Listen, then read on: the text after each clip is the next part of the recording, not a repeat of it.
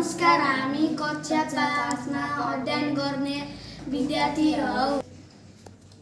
आज हामी समान मिश्रण र असमान मिश्रणको बारेमा प्रयोगात्मक कार्य गर्न गइरहेका छौं। यो चिनी, यो नुन, यो ढुङ्गा, यो बालुवा,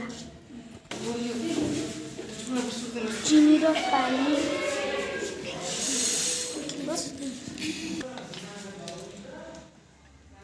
अब पानी चम्चाले चलाउने।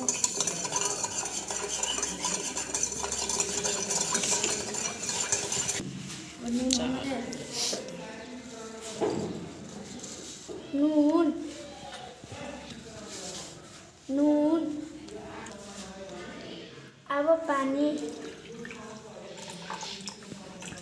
चम्चाले एकैछिन चलाउने।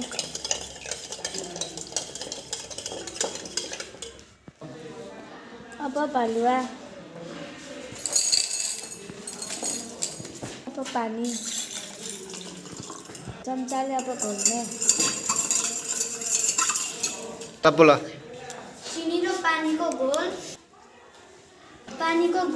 नाङ्गो आँखाले देख्न सकिएको छैन, त्यसैले यो समान मिश्रण हो।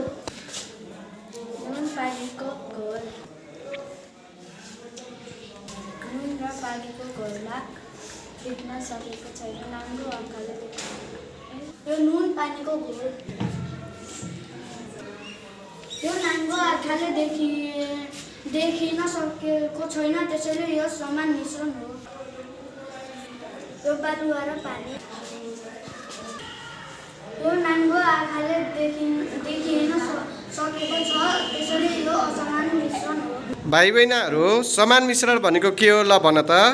समान मिश्रण भनेको नाङ्गो आँखाले देख्न नसकिने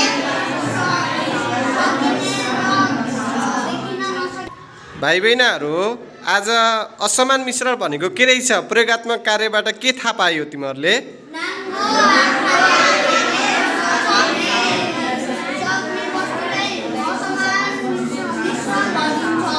भाइ बहिनीहरू, त्यसो भए नुन र पानीको घोल के रहेछ ल भन त?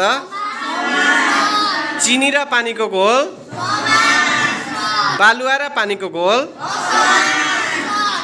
अनि ढुङ्गा पानीको घोल,